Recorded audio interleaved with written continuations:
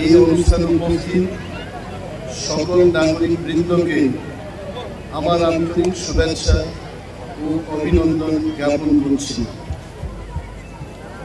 আজকের এই দিন অত্যন্ত একটা মহত্বপূর্ণ দিন আমাদের ভারতবাসীদের জন্য।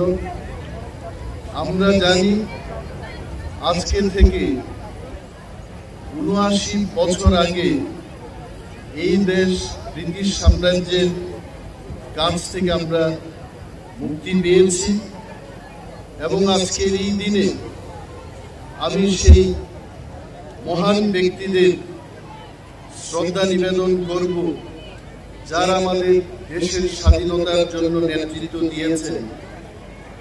জাতির পিতা মহাত্মা গান্ধীজি এবং নেতাজি সুভাষচন্দ্র বসু, ভগৎ সিং, সর্দার প্যাটেল এবং আরো অন্যান্য যারা এই দেশের মুক্তির জন্য যারা নিজেকে আত্মদান করেছেন, আত্মত্যাগ করে সংগ্রাম করেছেন, তাদের আমি শ্রদ্ধা এবং প্রণাম নিবেদন করছি।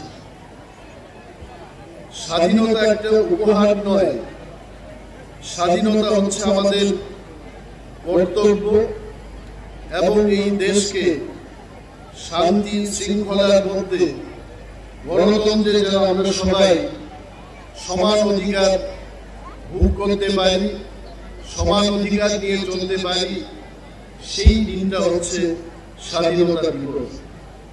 এবং যে প্রাঙ্গণে দাঁড়িয়ে আমি বক্তৃতা করছি, আমাদের খোয়াই শহরে আমাদের জেলা সদর হেডকোয়ার্টারে দাঁড়িয়ে অনুষ্ঠান করছি। খোয়াই অত্যন্ত একটা প্রাচীন শহর ত্রিপুরা রাজ্যে এবং খোয়াই নদীর কাছে এই শহরের অবস্থান। আমাদের এই খোয়াই শহরের লোক সংখ্যা গত 2011 সালের যে জনগণনায় সেটা ছিল 18,526 জন এবং সেখান থেকে 2025 আমরা আজকে 26,800 লোক সংখ্যায় দাঁড়িয়ে আছি। এবং আমাদের এই খোয়াই লিটারেসির দিক থেকে, শিক্ষা দীক্ষার দিক থেকে ত্রিপুরা রাজ্যের মধ্যে এমন দি হাইয়েস্ট, অর্থাৎ অন্যান্য জায়গায় যা লিটারেসি রেট রয়েছে এবং সর্বোচ্চ যে লিটারেসি রেট তার মধ্যে খোয়াই শহর একটা হাইয়েস্ট লিটারেসি রেটের মধ্যে আছে। অলমোস্ট 97.5% আমাদের এই খোয়াই শহরের লোক শিক্ষায় শিক্ষিত। Very rich in cultural diversity, strong community bonds, vibrant local traditions আমাদের এই খোয়াই জেলা এবং খোয়াই শহরের মধ্যে আমরা দেখতে পাই। এর গর্বের সাথে এই কথা বলতে হয় যে আমাদের এই জেলা থেকে অনেক পলিটিক্যাল ব্যক্তি যারা আমাদের রাজ্যকে নেতৃত্ব দিয়েছেন, এমন সব মহান পুরুষদের কথাও আমি আজকে এই মহতি দিনে উল্লেখ করতে চাই। আমাদের ত্রিপুরার মুখ্যমন্ত্রী ছিলেন নৃপেন্দ্র চক্রবর্তী মহোদয়।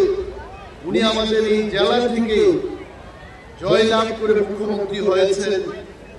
প্রয়াত দশরথ দেব উনি মুখ্যমন্ত্রী ছিলেন আমাদের এই জেলা থেকে।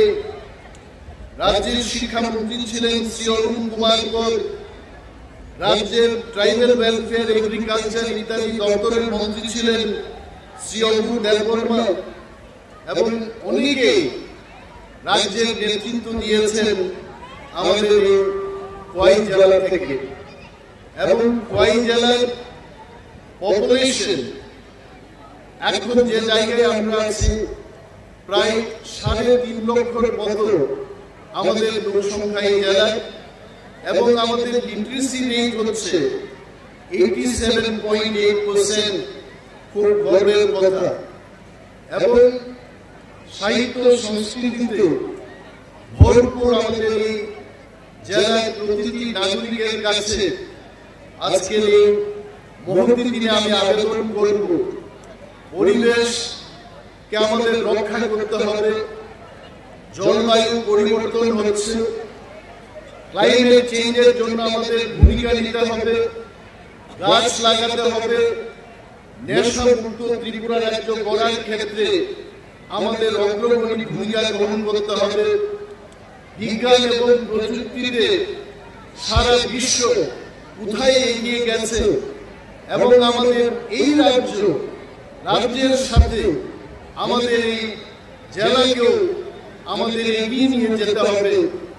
আর্টিফিশিয়াল ইন্টেলিজেন্স, এআই আগামী প্রজন্মের জন্য এবং youth in the present days artificial ইন্টেলিজেন্সকে কিভাবে আমরা রপ্ত করতে পারি, শিখতে পারি, সেই বিষয়ে যুবকদের প্রতি আমি আবেদন জানাবো। এআই কে যেন আমরা শিখে তার সাথে যেন আমরা থাকতে পারি, এই মহকুমা এই জেলাকে যেন আমরা এগিয়ে নিয়ে যেতে পারি, তার প্রচেষ্টা আমাদের অবশ্যই গ্রহণ করতে হবে। এবং স্বাধীনতার কথার অর্থ হচ্ছে এই স্বাধীনতা সামাজিক স্বাধীনতা, ধর্মের ক্ষেত্রে স্বাধীনতা, রাজনীতির ক্ষেত্রে স্বাধীনতা, বাক স্বাধীনতা, কথা বলার যে অধিকার, জাতপাত, এই সমস্ত বিষয় থেকে অনেক দূরে থেকে সমাজকে সম্পূর্ণভাবে গণতান্ত্রিক করে তোলা, এটা হচ্ছে আমাদের স্বাধীনতার মূল অর্থ। And to ensure every citizen that they should enjoy the fruits of freedom, security, dignity and prosperity, এটা আমাদের দেখিয়ে দিতে হবে। I know for sure the people of Kuwai, they are very conscious and they know what to do at what point of time. নাটক করতে গিয়ে বলুন, কালচারকে ত্রিপুরার মধ্যেই নয় দেশের মধ্যে আমাদের কালচারকে প্রদর্শনীর ক্ষেত্রে আমাদের এই জেলা অত্যন্ত অগ্রণী ভূমিকা অতীতেও নিয়েছে এবং ভবিষ্যতে নেবে। এবং এই কয়েক জেলাকে আমাদের সাজিয়ে তোলার ক্ষেত্রে সমস্ত নাগরিকরা আমরা ইউনাইটেডলি কাঁধে কাঁধ মিলিয়ে আমাদের রাজ্যের সাথে জেলাও যেন আমরা এগিয়ে কাজ করতে পারি, সেই আবেদন আপনাদের কাছে রাখব। এবং আমাদের এখানকার যে সরকার চেষ্টা করছে প্রতিটি গরিব মানুষ আজ পর্যন্ত যারা ৭৯ বছর তাদের সত্যিকারের এই স্বাধীনতার অর্থকে তারা উপভোগ করতে পারছেন না। বিভিন্ন স্কিমের মাধ্যমে রুরাল ডেভেলপমেন্ট, পঞ্চায়েতি রাজ ইনস্টিটিউশনের মাধ্যমে তাদেরকে সশক্তিকরণ করা, তাদের অধিকার তাদের হাতে তুলে দেওয়ার জন্য সমস্ত প্রচেষ্টা আমাদের সরকার করছে। এবং এইটুকু বলতে পারি, এই কয়েক বছরে আমরা যত এগিয়ে গেছি সড়ক, যানবাহন, যোগাযোগের ক্ষেত্রে, স্বাস্থ্য পরিষেবার ক্ষেত্রে, উচ্চমানের বিভিন্ন শিক্ষা প্রতিষ্ঠান ত্রিপুরায় আনার উদ্যোগের ক্ষেত্রে যেভাবে আমরা এগিয়ে গেছি, এই ধারাকে আমাদের অব্যাহত রাখতে হবে। এবং বিশেষ কিছু না বলে আজকের এই মহতী অনুষ্ঠান এবং স্বাধীনতা দিবস আবারও আপনাদের সবাইকে অভিনন্দন জানিয়ে, শুভেচ্ছা জানিয়ে আমার আলোচনা এখানে শেষ করছি। জয় হিন্দ।